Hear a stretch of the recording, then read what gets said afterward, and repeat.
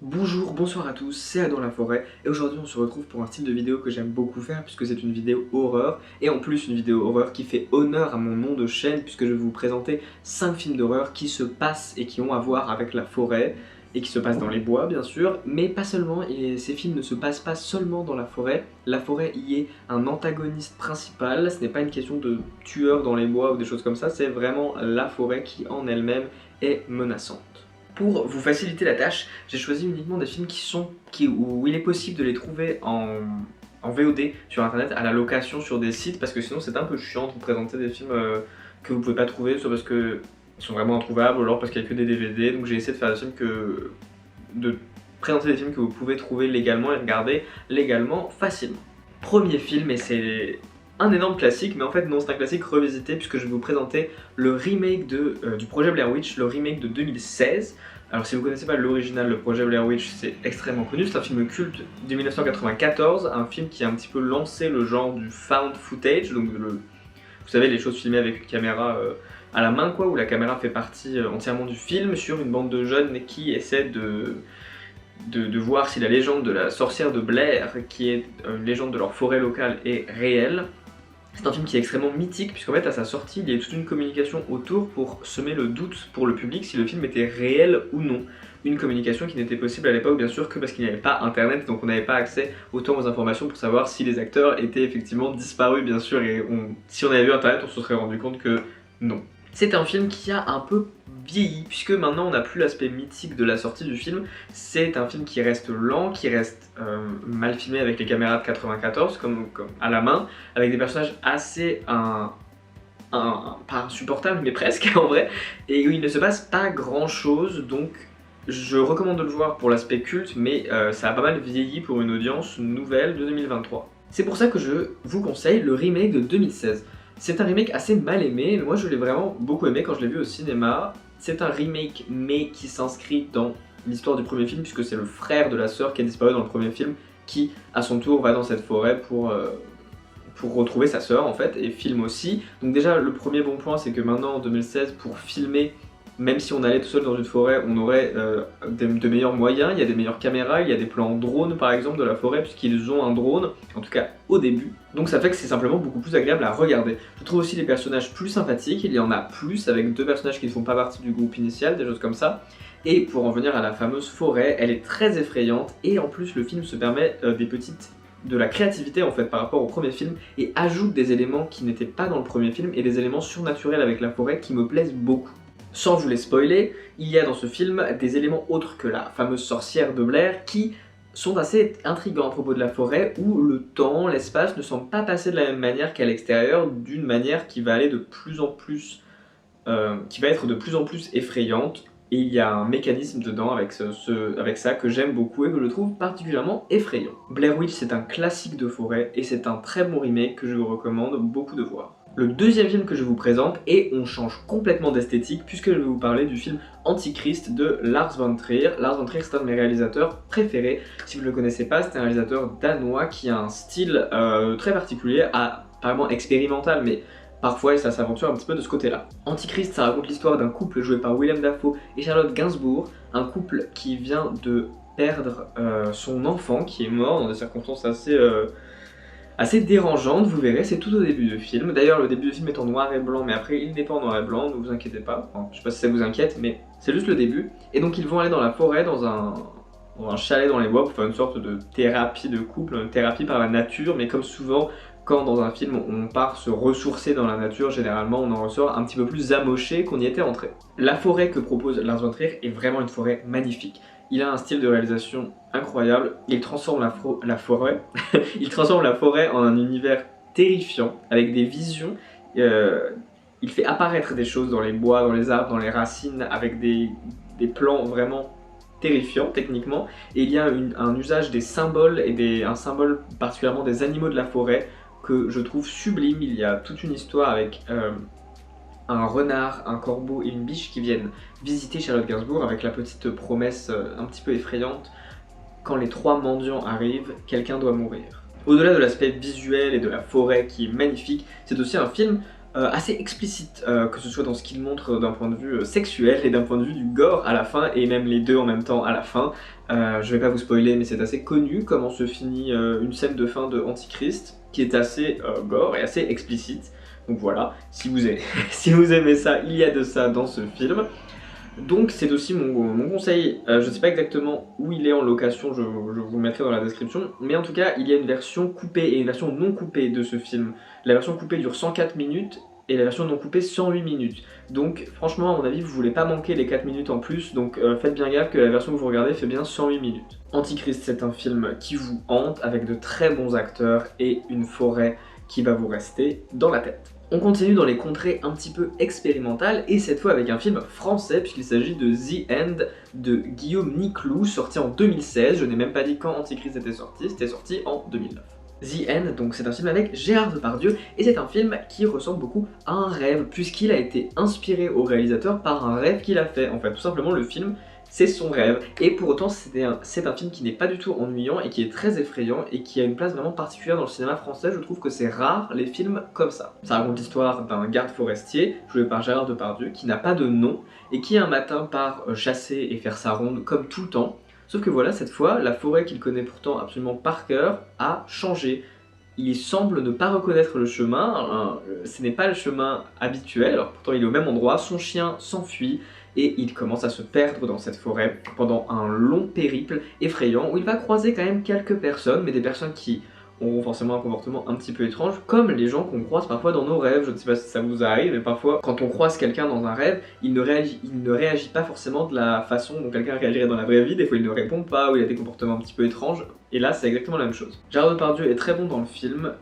comme un espèce d'ogre lui-même dans cette forêt,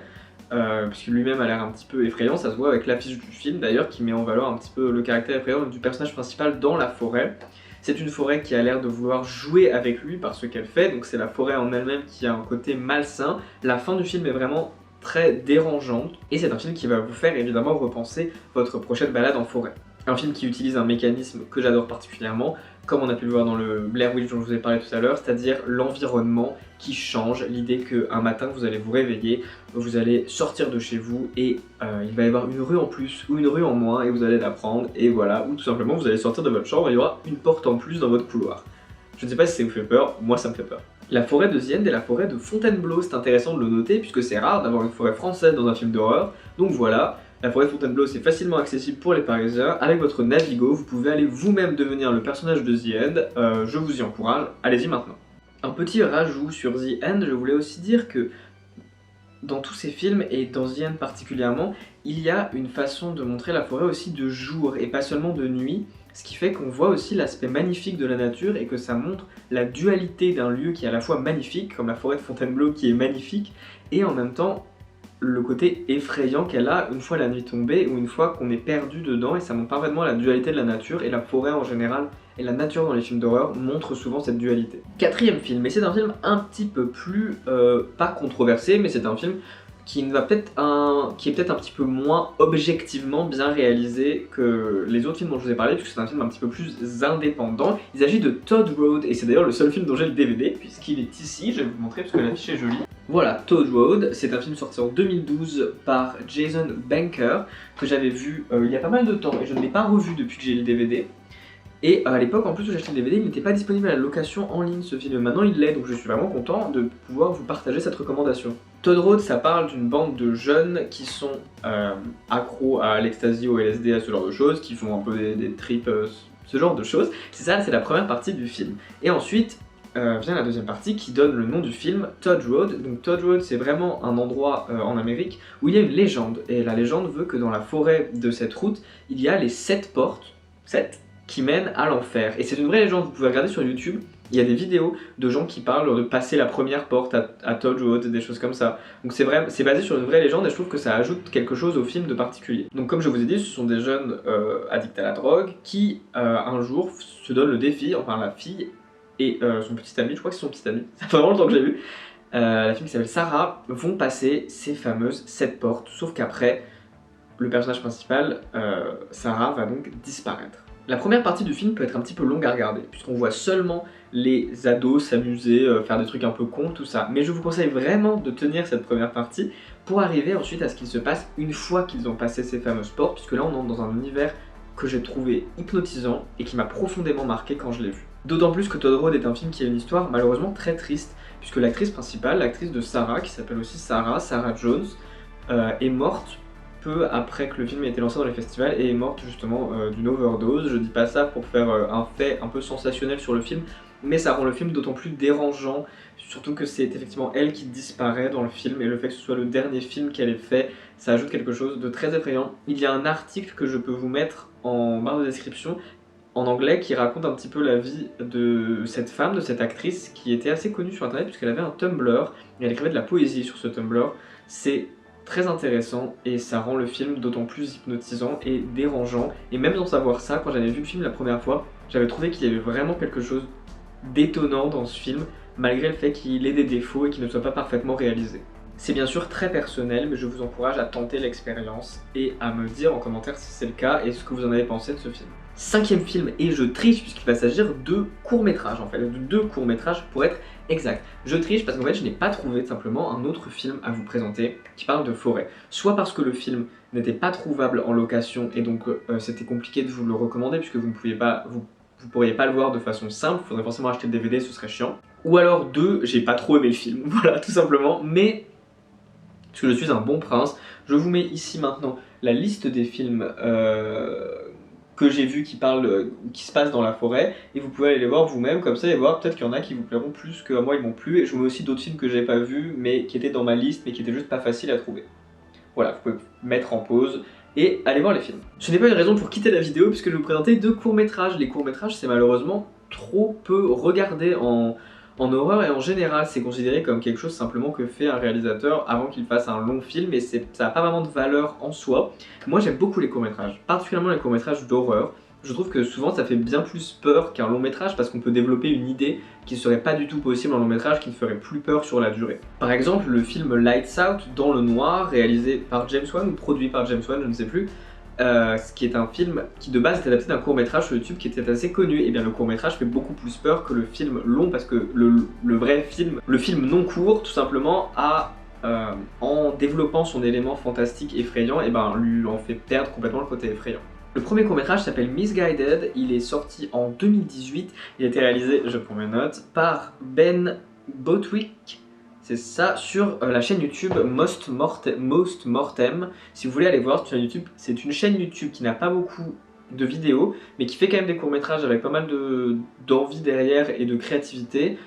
et qui n'a pas beaucoup d'abonnés, donc je vous encourage vraiment à aller voir cette chaîne. Je ne peux pas vous en dire beaucoup puisque c'est un court-métrage de 10 minutes, mais ça raconte l'histoire d'une fille qui est en train de répéter son texte puisqu'elle elle veut être actrice, elle répète son texte pour un casting et pour se calmer elle écoute une méditation guidée d'une balade dans la forêt. Voilà, c'est tout ce que je vais vous dire et je trouve, malgré que le court-métrage ait des défauts bien sûr, enfin il y a des courts-métrages qui ont beaucoup de budget mais les courts-métrages généralement sur YouTube comme ça ce sont des courts-métrages qui n'ont pas du tout les mêmes budgets et le même nombre de personnes derrière, mais l'idée je trouve est incroyable parce que c'est l'idée que la forêt peut vous avoir chez vous sans avoir besoin que vous y alliez nécessairement physiquement. Deuxième plus classique, mais je vous le recommande parce que moi j'ai bien aimé le regarder, ça dure aussi je crois 10 minutes, c'est Blackwood sur la chaîne YouTube Alter. Alors Alter c'est une chaîne YouTube qui poste énormément de courts-métrages d'horreur par des réalisateurs tous différents. C'est très prolifique, je vous recommande vraiment de vous perdre sur cette chaîne YouTube, vous pouvez en regarder plein. Ils ont même des playlists triées par genre de film, par sous-genre de films d'horreur, des trucs de science-fiction, des trucs avec des tueurs, donc vraiment il y en a pour tous les goûts. Je vous conseille vraiment de regarder parce que des fois ça va vous faire plus peur qu'un film long et ça va en plus être plus créatif. Blackwood, c'est un court-métrage de 2019 de Andrew Montag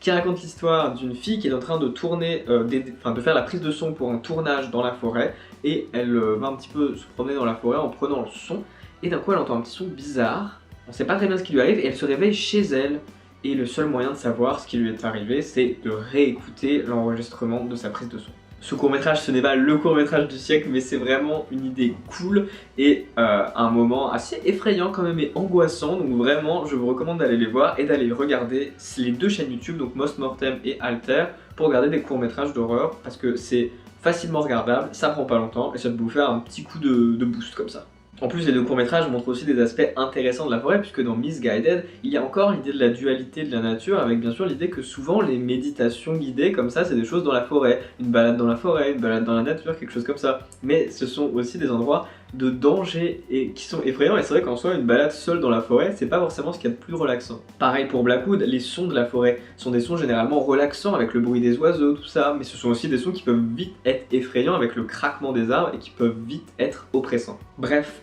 la forêt dans le cinéma d'horreur devient un antagoniste à part entière, elle produit ses propres légendes, comme la légende de Todd Road ou la sorcière de Blair dans Blair Witch. Elle est elle-même un antagoniste qui essaie activement de vous perdre, comme dans The End, mais aussi dans Antichrist, où c'est la forêt qui pousse le couple à la folie, ou peut-être bien que la folie a toujours été là, et que la forêt sert uniquement de révélateur à des choses qui sont déjà présentes dans le monde, mais qui se sentent particulièrement bien perdu au milieu des arbres. J'espère que cette vidéo vous a plu, n'hésitez pas à me mettre un commentaire et un like, je demande pas ça d'habitude, mais si ça vous a plu, dites-moi d'autres thèmes de films d'horreur, parce que j'ai vu beaucoup de films d'horreur, et si vous avez un thème de film d'horreur style loup-garou, vampire ou plein d'autres trucs, même d'autres lieux comme ça, et vous voulez aussi des recommandations sur ce sujet-là en particulier, n'hésitez pas à me le dire. Dites-moi bien sûr si vous avez vu un de ces films, s'ils vous ont plu, si vous les avez détestés, portez-vous bien, et faites attention dans les bois. À la prochaine, bye.